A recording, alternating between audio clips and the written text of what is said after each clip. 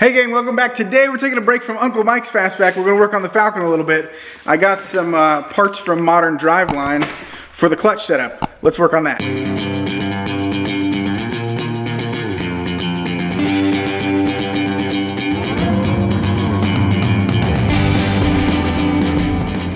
Okay, so the clutch setup on this car is a juice clutch. It's hydraulic. And I didn't like how I had it before.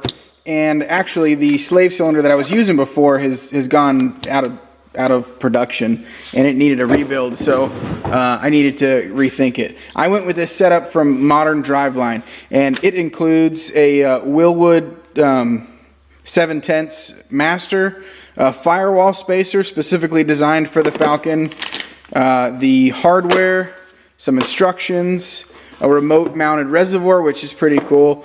But this is the part that really made me go with this kit.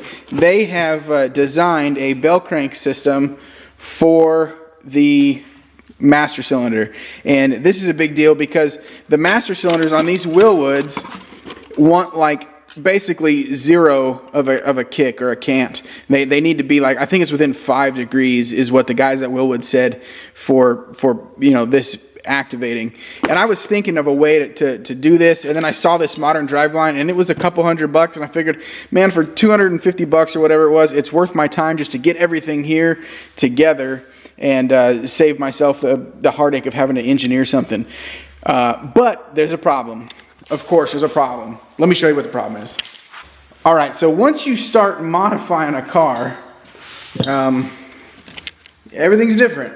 And the cool thing is that Modern Driveline came up with this, but the downside is that Modern Driveline came up with this for a car that obviously hasn't been modified. So where they put the master is different than where I can put the master. So let me show you. So this hole right here is where I used to have the master. It was a CNC master, and it came out, it rode right here, and it was nice and compact. And the new one is as well, but they have it coming out just below the brake master cylinder, which you can see on my setup here. I have got this proportioning valve and all these lines set up here. What I think I'm going to do is try and move things back over and see if I can't use the Modern Driveline gear and put it over here on that side. The only other thing I'm going to have to worry about is placement for the pedal and where all that linkage works. So I'm going to try a couple different things and see what I can come up with. If push comes to shove, I will remove this and run these lines again, as much as I really don't want to do that. That's worst case scenario. But let's take a look and see where we can get. Okay, it took some doing. So here's the extension that Modern Driveline came up with, and where they're wanting to mount it is like below the master. Well, my hole's over there, everything's prepped for over there. I'm gonna make their kit work in my location, so I'm just gonna have to do some engineering on how I want it to come off the pedal, but all the ratio into the slaves or master cylinder is still going to be the same.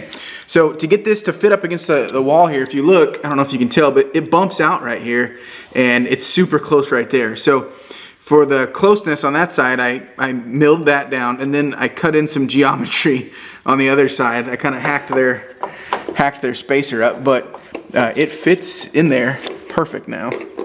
So you can see it's kind of close, but it fits in there nice. So what I'm going to do now is I'm going to get behind the firewall, bolt the plate to it, and bolt this up, and then I'll bring you guys back and show you what it looks like with the inside mounting plate. When you work by yourself, but you need someone to hold the part from the outside. Alright guys, I got something figured out here. So there is the plate mounted up, and the linkage, everything's there. And here's what I came up with for the pedal assembly. Now this tab right here is basically what I came up with.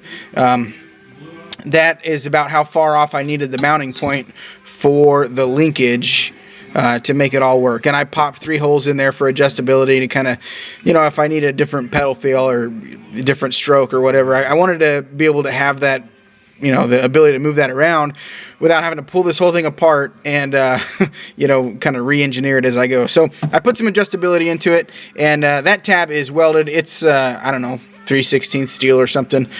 it's going to be plenty fine. For the amount of force that goes on this, it's going to be great. So I have everything greased up right now, and I'm going to reassemble it, and then I'll show you what it looks like once it's all back together. Here's the modern driveline spacer mounted up, and I'm going to install the Willwood master cylinder into it.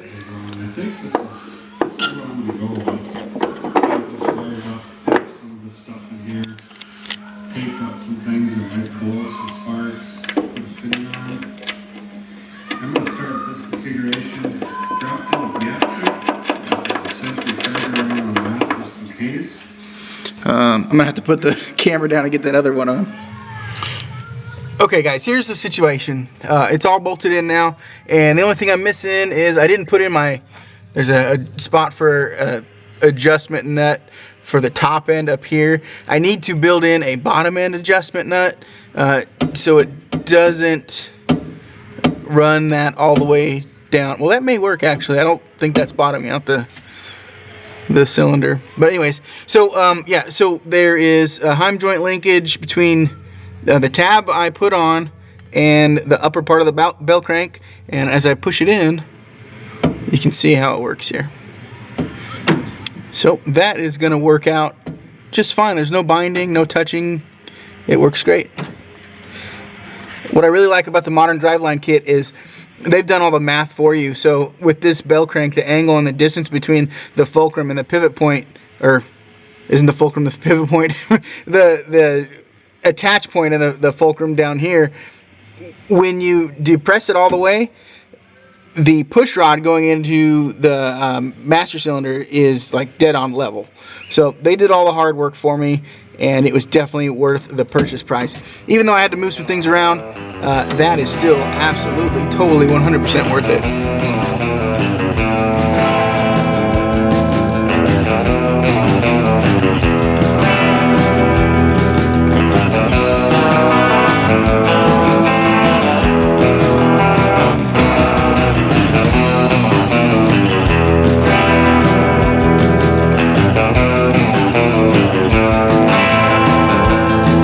Guys, up front everything's finished here other than the reservoir. Here's the reservoir they give you, and it's fine, and I'm probably gonna run it, but one thing I'm probably gonna change is this fitting here. I think I'm gonna go with a 90-degree out of here and then kind of come back here, because I'm thinking I'll probably put this here, and if I run it like that, it kind of comes up over the lowest part and then back down, and I think the weight of the fluid would be enough to push it, but I'd rather just make sure it's all downhill all the time.